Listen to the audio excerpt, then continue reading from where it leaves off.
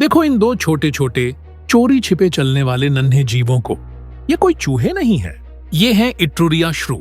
ये छोटे जीव बहुत कमजोर नजर रखते हैं, जिसके कारण पूरा परिवार लगभग अंधा ही माना जाता है।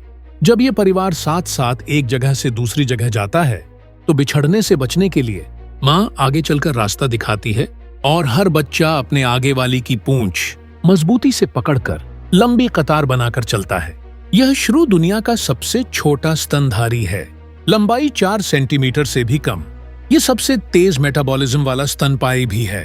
तेज चयापचय का मतलब है कि यह बहुत जल्दी भूखा हो जाता है। अगर 2 घंटे तक इसे भोजन न मिले तो यह भूख से मर भी सकता है और इसे रोज अपने शरीर के वजन से 6 गुना ज्यादा भोजन चाहिए, तभी यह जीवित रह पाता है। हालांकि इसकी आंखें बहुत छोटी और बेहद कमजोर होती हैं, लगभग ऐसे जैसे आंखें हो ही ना। लेकिन इसकी दूसरी इंद्रिय कमाल की होती है, इसके मूंछें।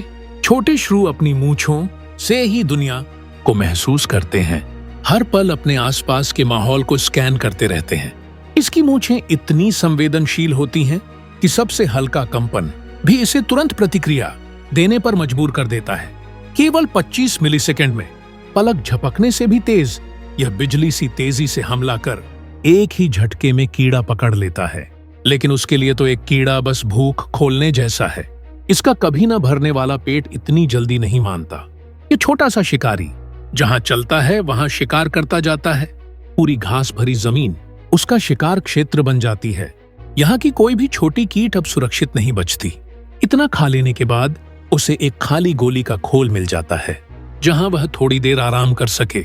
वह मुड़कर सोने की तैयारी करता है, लेकिन तभी एक और छोटा कीड़ा खुद ही उसके मुंह में आने जैसा आ पहुंचता है। मुफ्त की दावत को कौन छोड़े? ये सचमुच खाने पीने का उस्ताद है। लगता है पता नहीं कब इसका खाना खत्म होगा। अभी जो कीड़ा पेट में गया ही था कि इसकी नजर एक बड़ी टिड्डी पर पड़ गई। यह टिड्डी इसके आकार से दोगुनी थी, लेकिन फिर भी इसने उसे पकड़ने की ठानी। अगर इसे यह शिकार मिल गया तो पेट सच में भर जाएगा।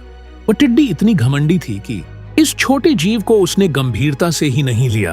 पहली बार वो बस थोड़ा चूक गया, दूसरी बार कोशिश की और इस बार पकड़ लिया। अब तो पेट भरा, पीने खाने सब हो गया।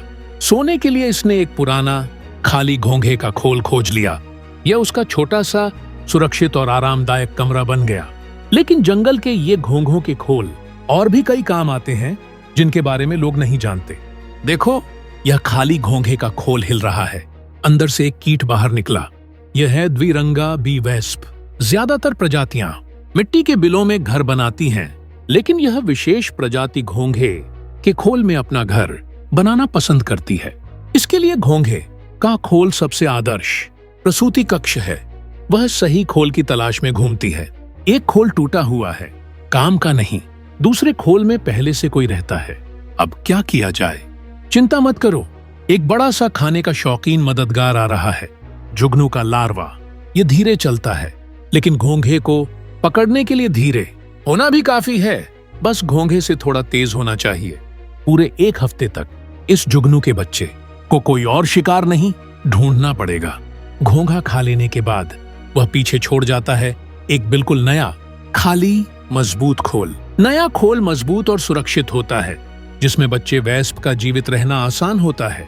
अब घर की समस्या हल हो गई। वेस्प माँ अपना काम शुरू करती है। वह सबसे पहले खोल के अंदर परागकण भरती है, जो उसके बच्चों के लिए भोजन बनेगा। फिर वह ध्यान से अंडा देती है। उसके बाद छोटे छोटे कंकड़ों और चबाए हुए पत्तों से एक तरह का मजबूत सीलेंट बनाकर घोंघे के खोल का दरवाजा बंद कर देती है। वह बहुत सावधान और जिम्मेदार माँ है, लेकिन अभी काम बाकी है। उसे घर को छिपाना भी है। इसके लिए वह सूखी घास और तिनके इकट्ठा करती है और बार बार उड़ उड़कर उन्हें खोल पर चिपकाती जाती है, बिल्कुल ऐसे जैसे कोई जादू की झाड़ू पर बैठी जादूगरनी अपने घर की दीवारें बनाती हो। वह यह काम सैकड़ों बार करती है, जब तक कि पूरा खोल एक छोटे सुरक्षित किले जैसा न बन जाए। भले ही वेस्प माँ अपने बच्चों के साथ नहीं रह पाती, पर उसने अपनी पूरी ताकत लगा दी उन्हें सबसे अच्छी शुरुआत दे देने के लिए।